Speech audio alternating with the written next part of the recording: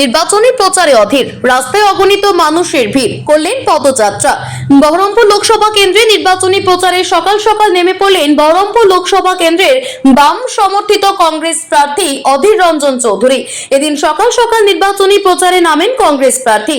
সকাল 9টা নাগাদ বহরমপুর রানীবাগান মোড় থেকে পদযাত্রা শুরু করেন কংগ্রেস প্রার্থী। নির্বাচনী পদযাত্রায় কংগ্রেস প্রার্থী অধীর রঞ্জন চৌধুরীর সঙ্গে উপস্থিত হন প্রচুর দলীয় নেতৃত্ব এবং কর্মী সমর্থকেরা।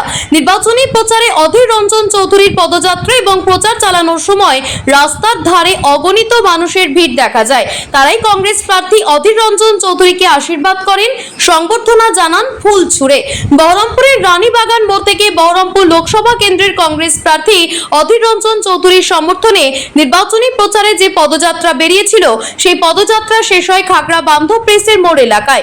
বহরমপুর লোকসভা কেন্দ্রে কংগ্রেস প্রার্থীর এই নির্বাচনী প্রচারে একদিকে যেমন দলীয় নেতৃত্ব থেকে দলীয় কর্মী সমর্থকদের মধ্যে প্রবল উৎসাহ উদ্দীপনা লক্ষ্য করা যায়, ঠিক তেমনি ব্যাপক উৎসাহ লক্ষ্য করা যায় সাধারণ মানুষের মধ্যে।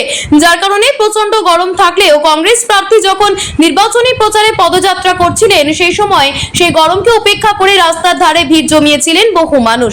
তাদের কাছে ভোট প্রার্থনা করেন কংগ্রেস প্রার্থী অধীর রঞ্জন চৌধুরী।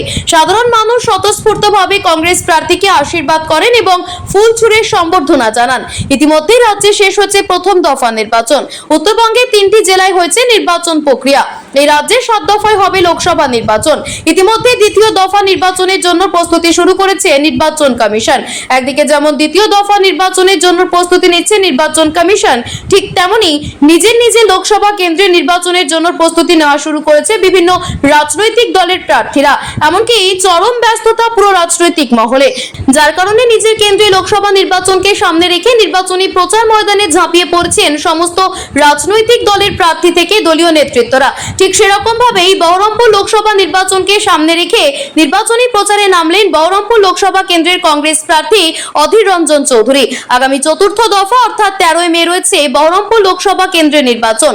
এই বহরমপুর লোকসভা কেন্দ্রে একদিকে যেমন তৃণমূলের প্রার্থী করা হয়েছে প্রাক্তন ভারতীয় ক্রিকেটার ইউসুফ পাঠানকে, ঠিক তেমনি বিজেপির তরফ থেকে প্রার্থী করা হয়েছে নির্মল কুমার সাহাকে।